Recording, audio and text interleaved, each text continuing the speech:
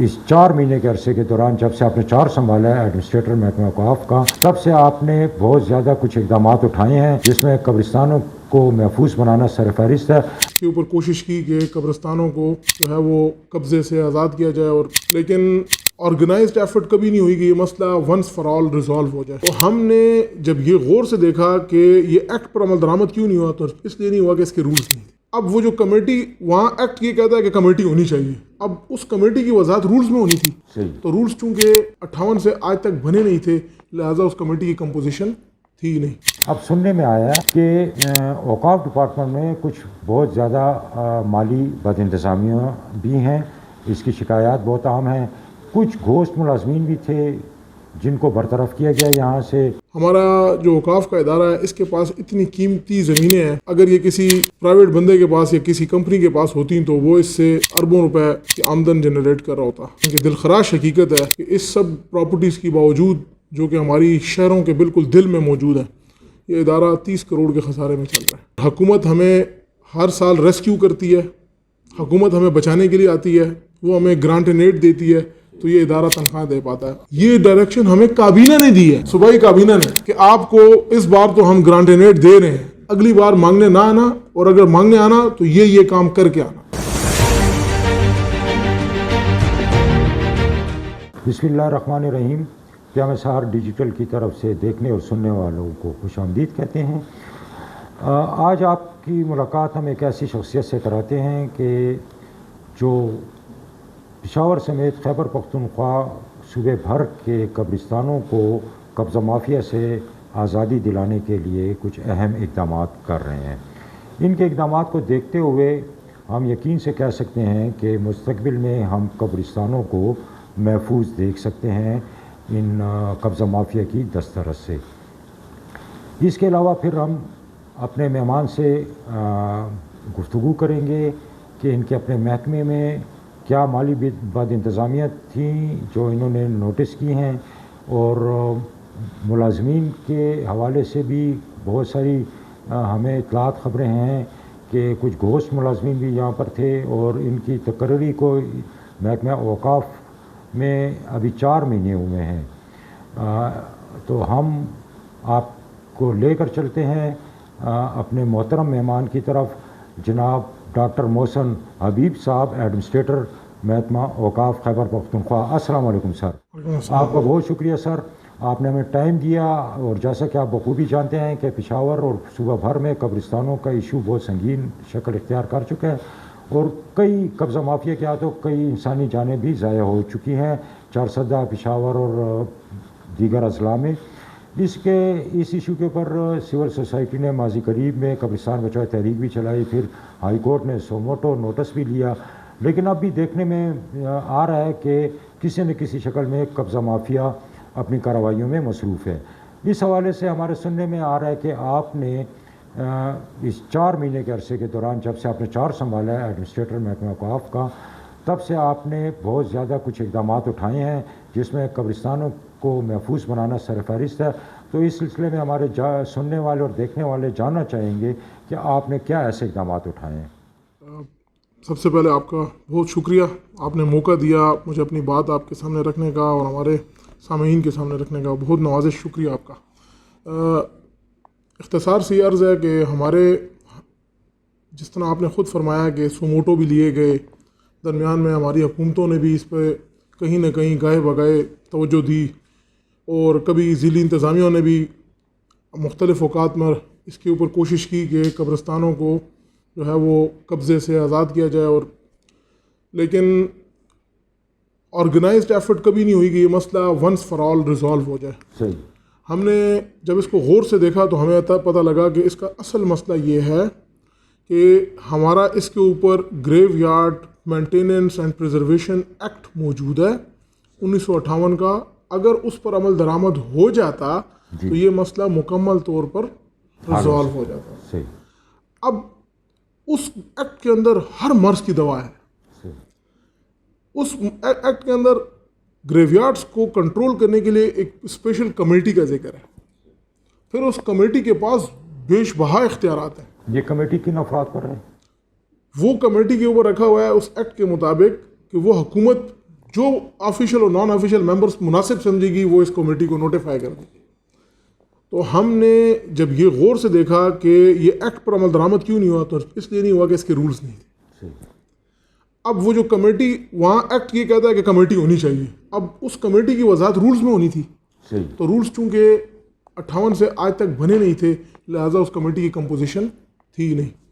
آپ جس طرح فرما رہے ہیں ہماری جو موجودہ حکومت ہے اس حوالے سے بہت سیریس تھی اور انہوں نے ہمیں یہ ٹاسک لگایا کہ آپ اس مسئلے کو حل کریں. تو ہم نے اس کمیٹی کی ایک پروپوزل بنا کر لا ڈپارٹمنٹ کو جمع کرا دیا.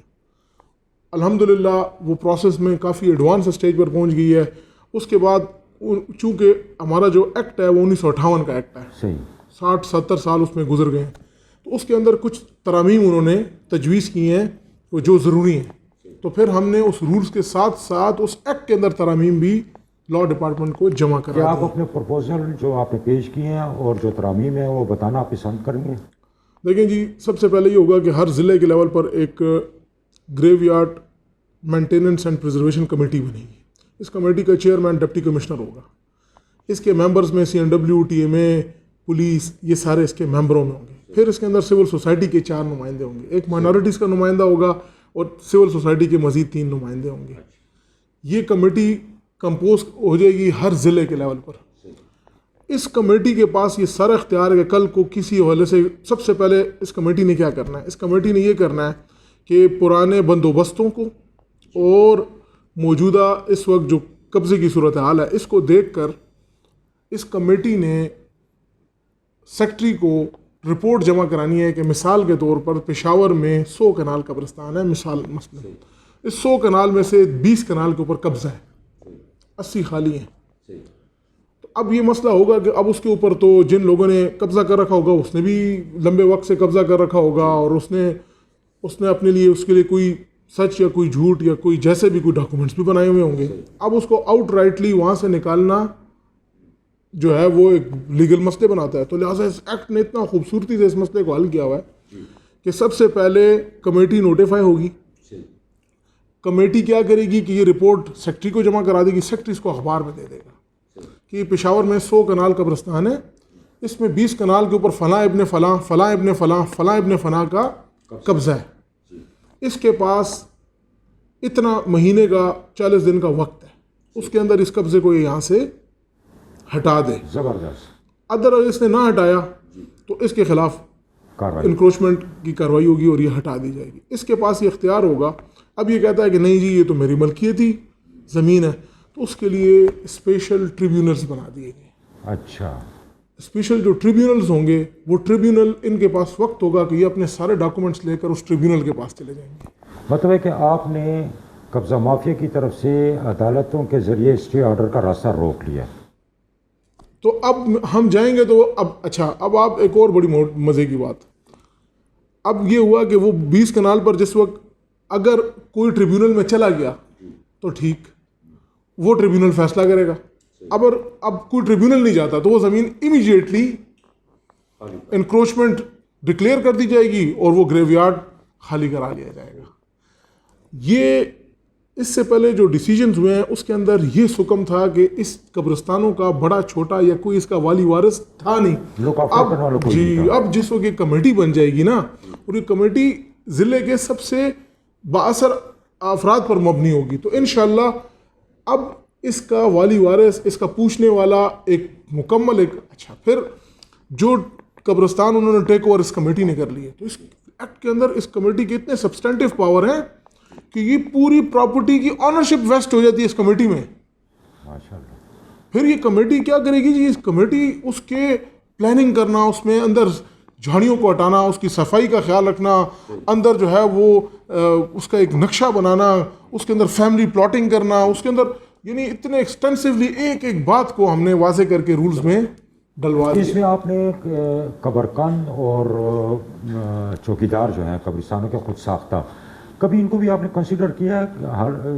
حقیقت یہ ہے کہ قبضہ مافیا کے یہ صورت کار ہیں, اصل صورت کار جو ہیں تو وہ یا قبرکن ہیں اور چوکیدار ہیں جو قبضہ مافیا کو اطلاعات دیتے ہیں, معلومات دیتے ہیں کہ بھئی ان قبروں کے اوپر اتنے عرصے سے کوئی نہیں آیا, تو ان کو آپ نے کہیں پر جناب محترم اس کے جس دن یہ کمیٹی نوٹیفائی ہو گئی نا تو کمیٹی وہاں پر بورڈ لگا دے گی کہ یہ زیر انتظام اس گریو یارڈ مینٹیننس کمیٹی کے انڈر ہے.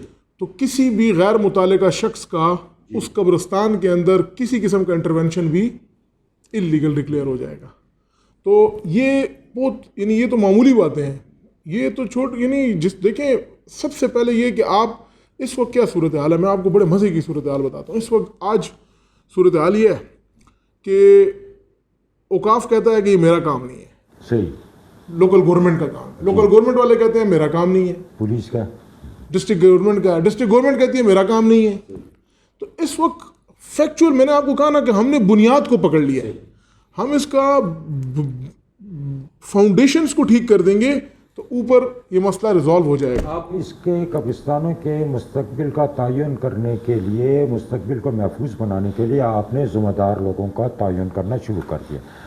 کیا آپ کے ڈپارٹمنٹ نے کبھی آپ نے نوٹس کیا ہے, دیکھا ہے کہ آپ کے ڈپارٹمنٹ نے قبرستانوں کا کوئی رقبہ اپنے ریکارڈ میں رکھا ہے کہ پشاور میں کتنا رقبہ ہے قبرستانوں کا اور پورے صوبے میں کتنا ہے؟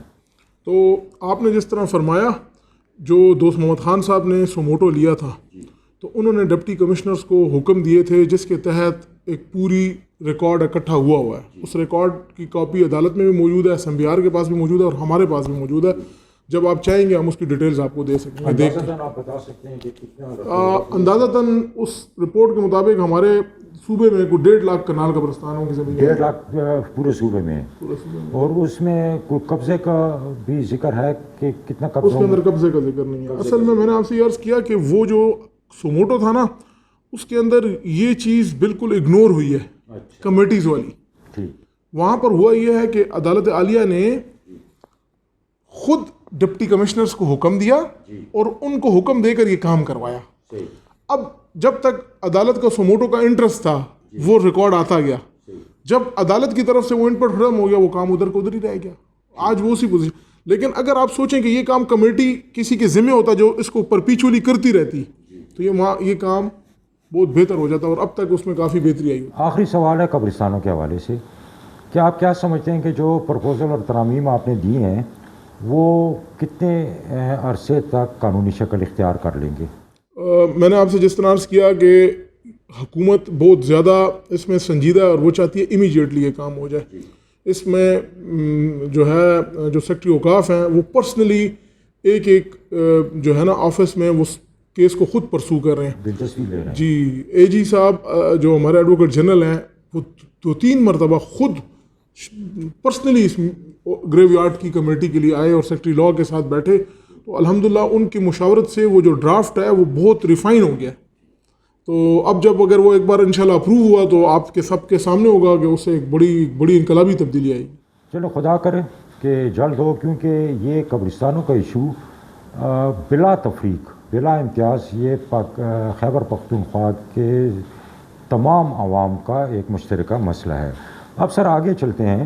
اب سننے میں آیا ہے, ٹھیک ہے یا غلط ہے, آپ اس کی تصدیق یا تردید کریں گے, کہ اوقاف ڈپارٹمنٹ میں کچھ بہت زیادہ مالی بد انتظامیاں بھی ہیں, اس کی شکایات بہت عام ہیں. کچھ گھوست ملازمین بھی تھے جن کو برطرف کیا گیا یہاں سے. کچھ پراپرٹیز تھیں اوقاف کی کہ جن کو آپ کہتے ہیں کہ گمشدہ پراپرٹیز, جن کو بازیاب کیا گیا. یہ کیا حقیقت ہے, سچ ہے, اور اگر ہے تو اس کی تفصیل ذرا بیان فرمائیں. شکریہ. مجھے جو ہے نا انفارچونیٹلی آپ سے ایگری کرنا پڑتا ہے کہ یہ بات ٹھیک ہے. ہمارا جو اوقاف کا ادارہ ہے اس کے پاس اتنی قیمتی زمینیں ہیں کہ اگر یہ کسی پرائیویٹ بندے کے پاس یا کسی کمپنی کے پاس ہوتی تو وہ اس سے اربوں روپے کی آمدن جنریٹ کر رہا ہوتا.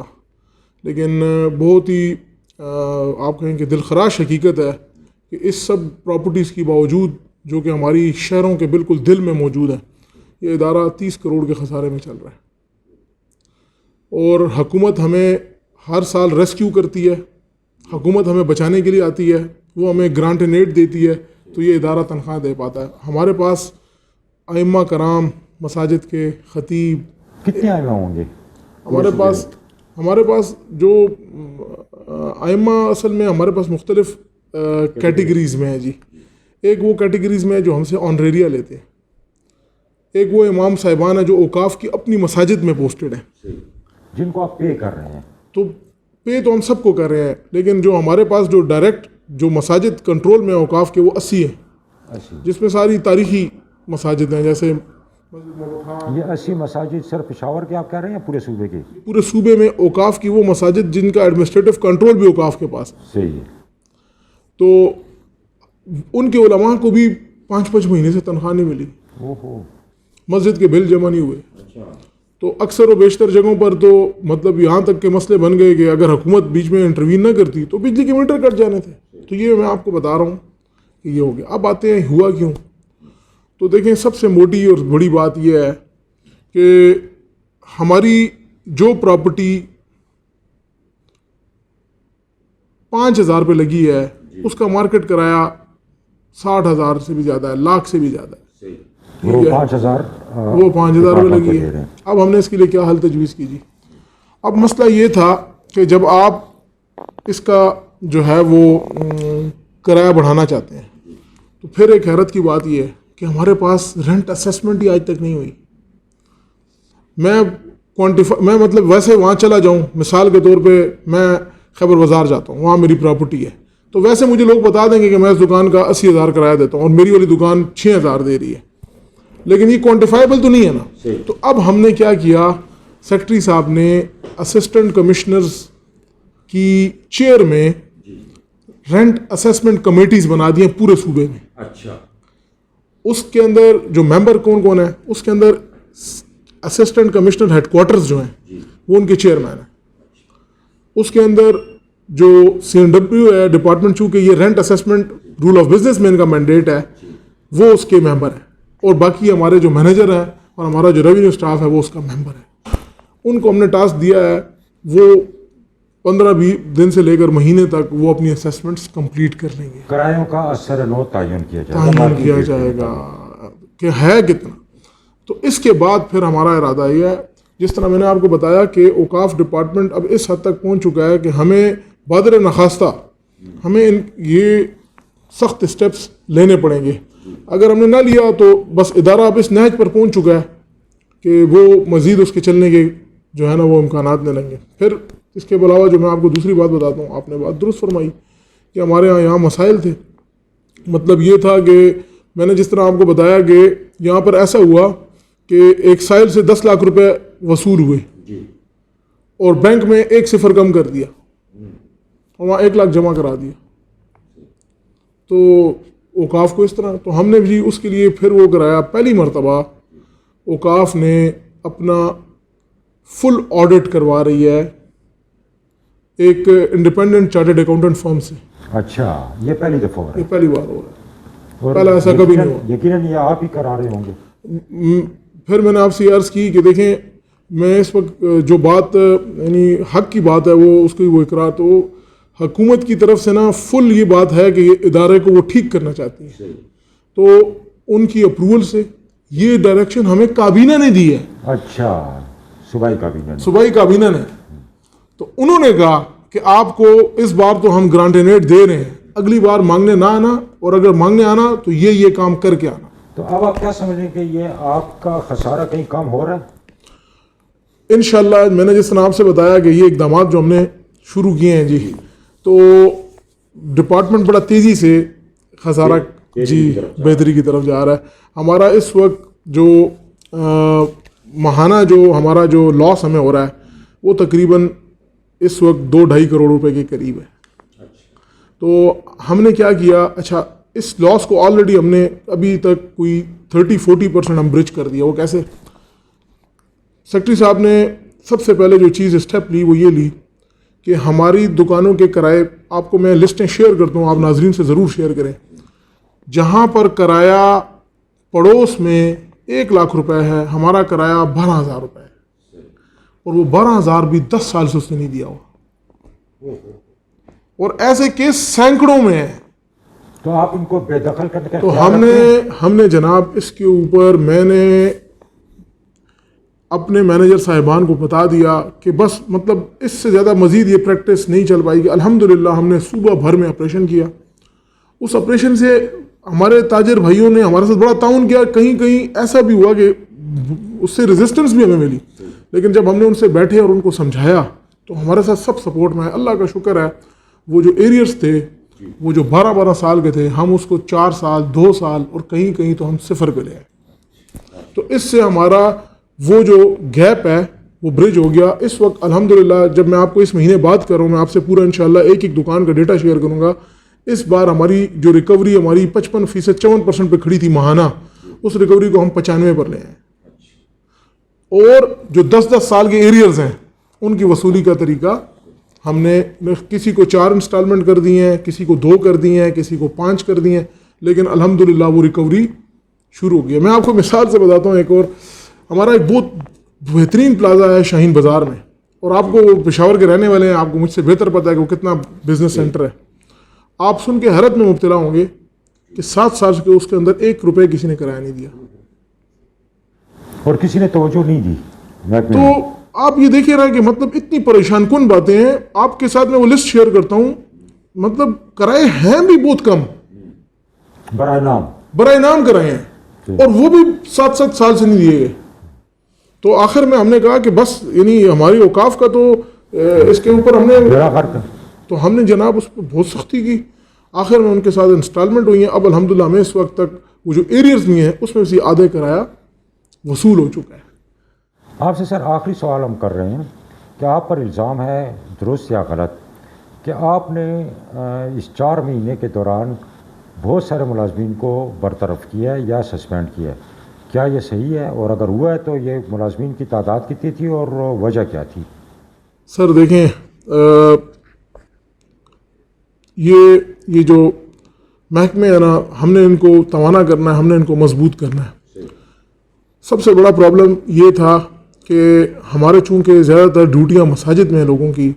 پھر میں نے آپ سے کہا کہ ہمارے پاس 80 تو اپنی مساجد ہیں, ہمارے پاس 18,000 وہ مساجد ہیں کہ جن کو ہم ایک وظیفہ ہم ان ائمہ کرام کو اور ان کو جو ہے 18,000 مساجد کو دیتے ہیں. اس کے علاوہ بھی ہمارا ایک پوری ایک بڑا ایک سیٹ اپ ہے. تو اب اس مسئلے کو حل ہم نے کیسے کیا؟ حکومت نے ایک اٹینڈنس ایپ بنائی ہوئی ہے, اس کا نام ہے smart attendance app. Smart attendance app اتنی اعلیٰ ایپ KPIT بورڈ نے بنائی ہے کہ آپ کی اگر ڈیوٹی مثال کے طور پر چوکیات گار میں ایک پلازے پہ لگائی گئی ہے, تو جب تک آپ ادھر فزیکلی موجود نہیں ہیں اور آپ کی لائیو تصویر اس نے نہیں لی تو آپ کی حاضری مار کی نہیں ہوگی. تو ہم نے کچھ بھی نہیں کیا. ہم نے پہلے دن سے سیکرٹری صاحب نے حکم نامہ جاری کیا. سیکرٹری صاحب نے اس میں حکم دیا کہ تمام امپلائیز اس اٹینڈنس سسٹم پر چلے جائیں, اور جو نہ گیا اس کی تنخواہ نہیں دی جائے گی. تو اب یہ تو مشکل کام ہے مانیٹرنگ کسی پہ بھی ہونا. تو سب سے پہلے اس میں ہم نے قربانی دی کہ میں نے سب سے پہلے اس میں اپنی حاضری رجسٹر کی.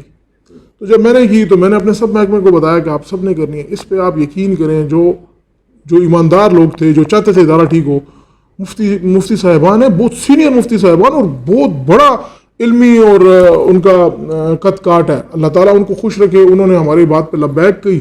انہوں نے کہا کہ ہم چاہتے ہیں کہ ہمارے محکمے سے وہ لوگ نکل جائیں جو کام چور ہیں, جو کام نہیں کر رہے. اس کے نتیجے میں ہم نے درجنوں کی تعداد میں لوگوں کو نوکری سے, کوئی اس وقت جو ہم کر چکے ہیں وہ کوئی 40 سے تو اوپر جا چکے ہیں, اور جو لوگ انڈر انکوائری ہیں وہ بھی کوئی درجنوں میں. تو پروسیجر کمپلیٹ کر کے ان کے خلاف بھی اکثر مطلب ایسے ہیں کہ جنہوں نے جو آئی نہیں ہے, جنہوں نے بھی نہیں کہا کہ یار وہ کیوں ہمیں نوٹس سرو کیا, کوئی بھی نہیں تھا. تو ہم نے پروسیجر کمپلیٹ کر کے سب کا کیا. ان کے آرڈرز میں ہم آپ سے شیئر کریں گے کہ آپ کے وہ بھی نوٹس میں ہو. تو الحمدللہ اس وقت ہم فخر سے کہہ سکتے ہیں کہ اوقاف پختونخوا حکومت کا ان چند اداروں میں سے ہے جس کی حاضری 100% جو ہے وہ اسمارٹ اٹینڈنس سسٹم پہ ہے, جس کو آپ ایک ایک امپلائی کو ٹریک کر سکتے ہیں. سر آپ نے اپنے سیکرٹری صاحب کا ذکر کیا ہے تو وہ آپ کو بہت زیادہ تعاون کر رہے ہیں اور اس میں دلچسپی لے رہے ہیں, کچھ اور اسٹاف بھی. سیکرٹری صاحب کا نام کیا ہے؟ سیکرٹری جی ہمارے عطاء الرحمان صاحب ہیں, اور وہ ایک ایک اسٹیپ کو پرسنلی فالو کر رہے ہیں. مثال آپ کو میں جیسے دیتا ہوں, دیکھیں ہماری ایک مسجد محمد خان کے ساتھ ایک پراپرٹی تھی, 12 سال سے ایک پائی وہاں سے وصول نہیں ہوئی تھی. 12 سال سے اس پوری عمارت سے. سیکٹری صاحب نے نا اس پہ کہا کہ ہر صورت میں کسی صورت میں الحمدللہ ان کی فل سپورٹ, حکومت کی فل سپورٹ. آج وہ جو بقایا جات ہیں اس میں سے بھی 50% بقایا جات ہم وصول کر چکے. بہت شکریہ سر, آپ نے ہمیں ٹائم دیا اور بہت مفید معلومات دی ہیں. ناظرین کرام, آپ نے سنا ہمارے محترم ایڈمنسٹریٹر محکمہ اوقاف خیبر پختونخوا جناب ڈاکٹر محسن حبیب صاحب کو, اور ہم یہ سمجھتے ہیں کہ جس طرح ان کے سیکریٹری صاحب ہیں, جس طرح یہ خود ڈاکٹر محسن حبیب صاحب ہیں, اور جس طرح چیف منسٹر صاحب اس وقت زیرو ٹالرنس کرپشن کی بات کر رہے ہیں, تو یہ ایک اچھی ٹیم ہے. اور اگر اس طرح کے اس صوبے کو کچھ اور آفیسرز مل گئے تو یقیناً اس صوبے کی تقدیر بدل جائے گی. دعاؤں میں یاد رکھیے گا. اللہ حافظ.